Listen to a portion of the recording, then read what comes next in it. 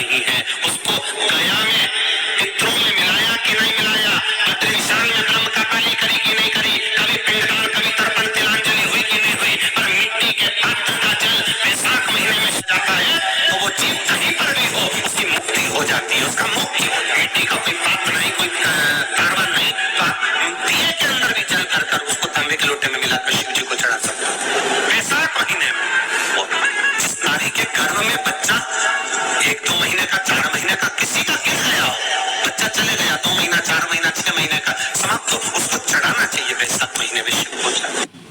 लोगों ने महत्व को बिगाड़ दिया। के दिन सामान लेकर आना है, चांदी का बर्तन लेकर आना है, ये सामान लेकर आना है, वो सामान लेकर आना, लाओ, मना नहीं है। हिंदू धर्म में ये रीति रही है, कोई सामग्री खरीदी जाती है, पीतल की, तांबे की, कोई वस्तु हम खरीदते हैं। पर आज का समय का जो फैशन बढ़ता गया तो कहा साहब चांदी के बर्तन खरीदना जरूरी है, चांदी का सामान खरीदना जरूरी है, सोने का पात्र, सोने की वस्तु खरीदना जरूरी है, ये सामग्री खरीदना। तो यहाँ शास्त्र नहीं कह रहा कि महाराज इतने महंगे महंगे पदार्थ खरीदो और घर में कर्जा कर लो। शास्त्र तो यह कहता है कि पूजन करना है आपको, अगर आप एक सामग्री भी लेकर आ रहे हैं तो उसमें आपका भाव जुड़ा होना चाहिए, कर्जा नहीं जुड़ा होना चाहिए। लक्ष्मी सबसे ज्यादा प्रसन्न कौन से दिन होती है? जम के बोलिए जरा। शुक्रवार। तो शुक्रवार को लक्ष्मी सबसे ज्यादा प्रसन्न क्यों होती?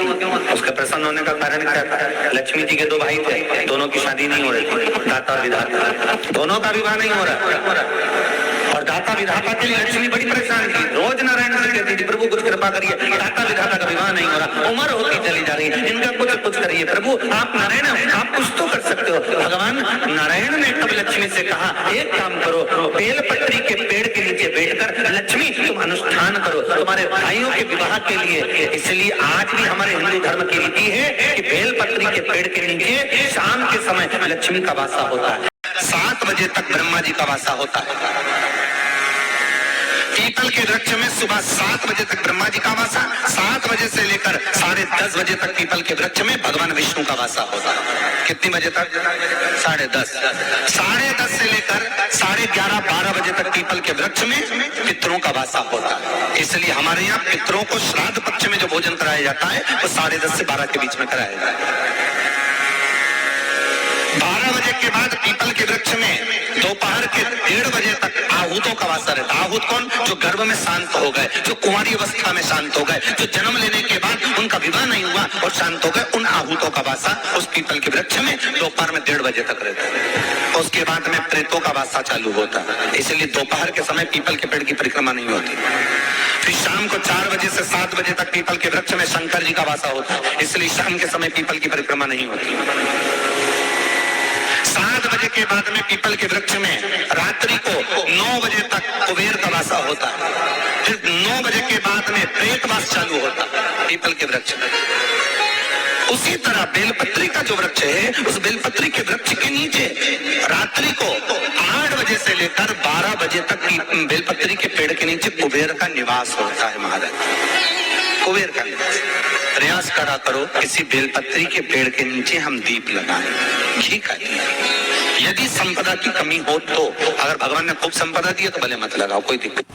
महामृत्युंजय मंत्र का यदि आप जाप करते हो और आपको मालूम पड़ गया कि शरीर में मुझे ये रोग हो गया है, मुझे शुगर हो गया है, मुझे बीपी हो गया है, मेरा ब्लड प्रेशर ऊंचा नीचा रह रहा है, कोई भयंकर रोग, मेरे रिश्तेदार को कोई कैंसर जैसा रोग हो गया, किसी को कोई थायराइड हो गया, किसी को कोई किडनी और लीवर में सूजन हो गई, किसी को कहीं किडनी और लीवर में तकलीफ हो गई, तो शिव महापुराण की कथा कहती है, नवग्रह शिव महापुराण की कथा कहती है कि बेलपत्री के वृक्ष के नीचे महामृत्युंजय मंत्र का जाप जो शुक्रवार की शुक्रवार घी का दिया लगाकर करता है, उसके रोग बाबा देवाधिदेव महादेव समाप्त करते चले जाते हैं। ये संजीवनी मंत्र शुक्रवार के दिन भगवान शंकर को शुक्र को दिया था, इसलिए उसकी प्रधानता।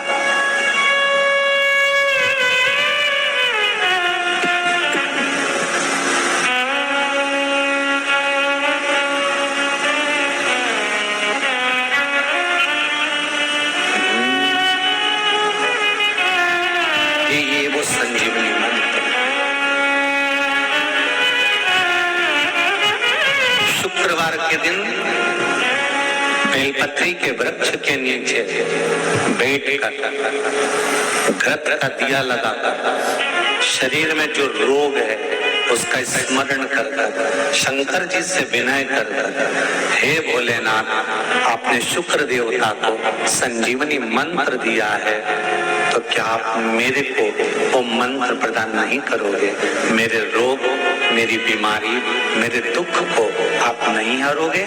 शिव से कहो, ये शरीर आपने दिया है और भजन करने के लिए दिया है, स्मरण करने के लिए दिया है, कीर्तन करने के लिए दिया है, तो संभालोगे भी आप। और बेलपत्री की ओर मुख कर घी का दिया लगा महामृत्युंजय मंत्र का स्मरण करने में धीरे धीरे धीरे बोले वो रोग समाप्ति की ओर आता चले जाता। अश्विनी करा विश्वास, फ्लाइट चलाने वाले उस पायलट पर करा, ट्रेन चलाने वाले उस ड्राइवर पर करा, बस चलाने वाले उस ड्राइवर पर करा। जितना विश्वास कर कर आराम से तुम ट्रेन में सोए हो, फ्लाइट में आराम से सामान लेके बैठ गए हो, शंकर की कथा कहती उतना विश्वास तुम शंकर पर